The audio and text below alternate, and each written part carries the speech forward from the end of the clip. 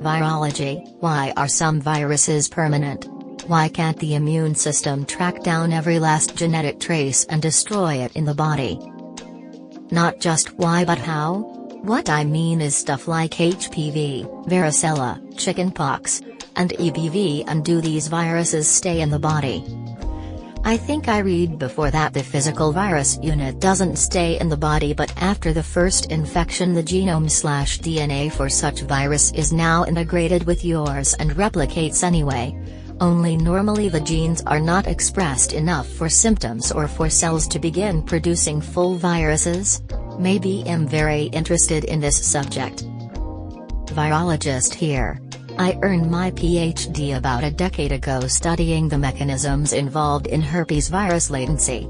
So I can help you that establish lifelong infections like these are often said to establish latent, or sometimes quiescent infections.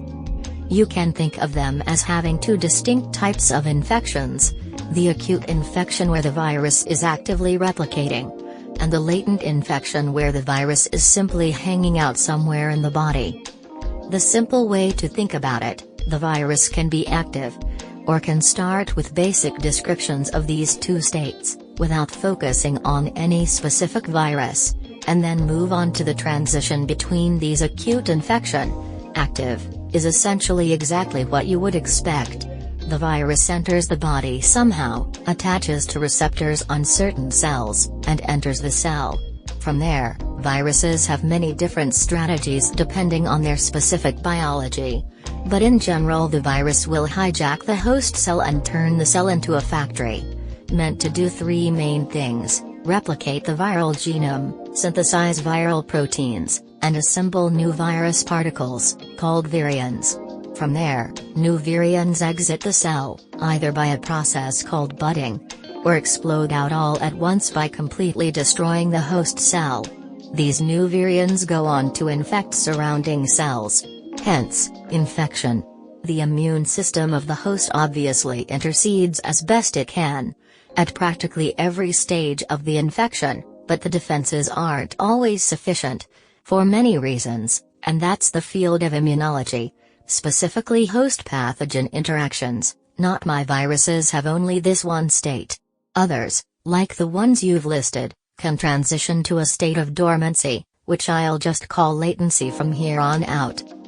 The latent state varies a lot depending on the specific virus, but in general it is characterized by a reduced level of transcription and translation. So, many fewer proteins being made, both fewer distinct proteins and lower levels overall, and no replication. In this state, the virus can be much harder for the host's immune system to detect, especially if the site of latency, meaning, the specific cell type, is immune privileged like neurons, cells in the eyes. Your main question is the how. Namely, how do these viruses transition from the active state to the inactive state?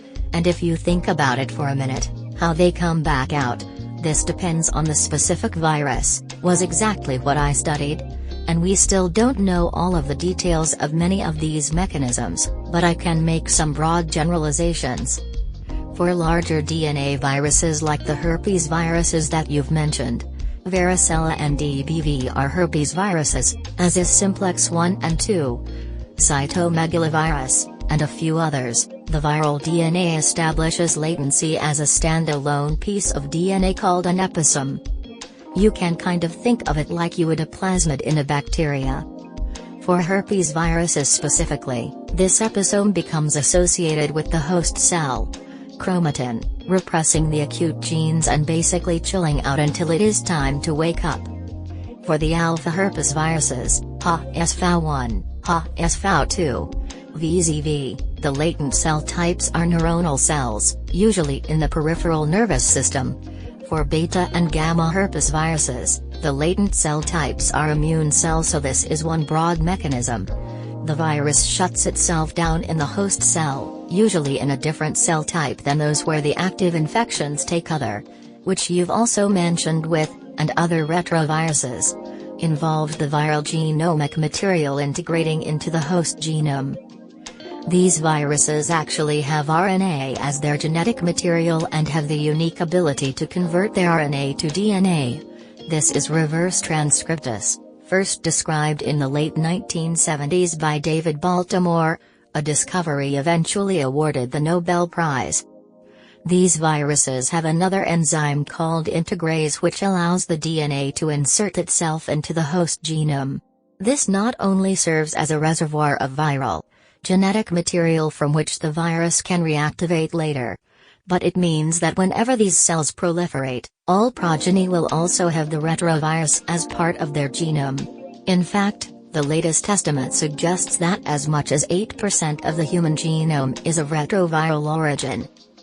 For comparison, only 2% of the human genome is protein coding. At the risk of anthropomorphizing viruses, why would they want to do this? Or, stated more scientifically, what is the evolutionary advantage to latency? Put simply, this secondary state allows these viruses to establish a reservoir in the host, evading the immune system and waiting until the perfect time to reactivate and infect the next host.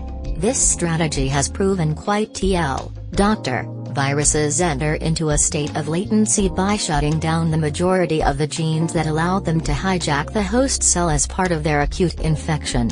In this state, whether standalone or integrated into the host genome itself, the virus is able to evade the immune system and establish a reservoir for future reactivation. So there's a couple different methods, as other people commented, to help the virus escape the immune system.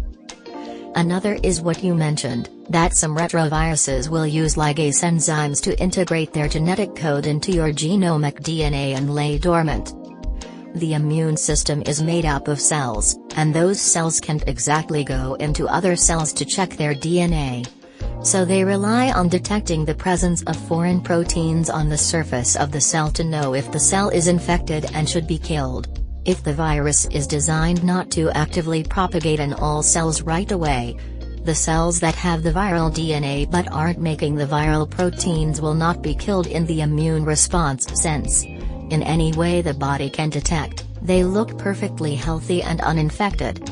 Over time those cells will divide, and since those cells have a copy of the viral genome in their genome, it will be present in all their daughter cells, as a cell's DNA machinery cannot differentiate between their own and foreign genes, it just copies whatever is there.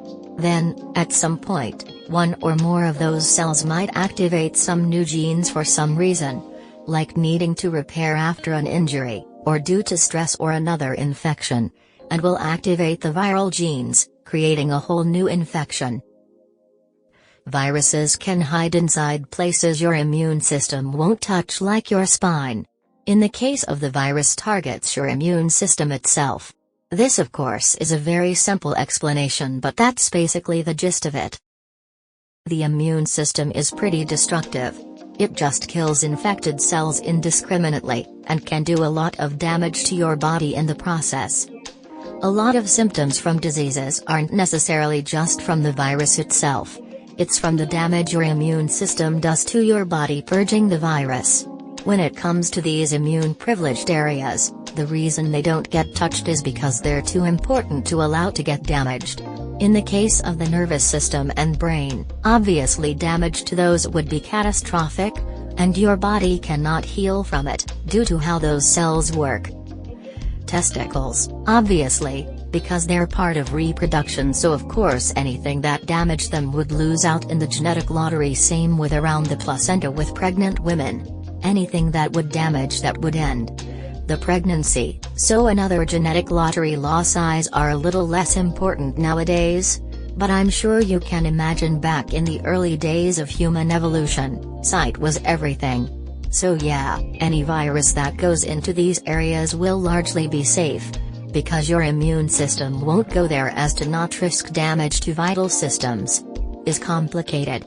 It mutates insanely fast and attaches itself to the immune system itself. As your body tries to fight it, it replicates faster, but then your immune system ends up destroying itself, leaving it free rein. So it's different than the other viruses in that list. It wins more through a war of attrition and fast adaptability. versus the other ones that just hide in places your immune system won't look. This is also why rabies is basically 100% fatal. It goes up your nervous system to your brain, which is pretty much exclusively immune-privileged areas that your immune system won't touch. Great answer. Do you think we'll be able to develop ways to either attack it in its latent state, or force it into an active state so these types of viruses can actually be eradicated from a person?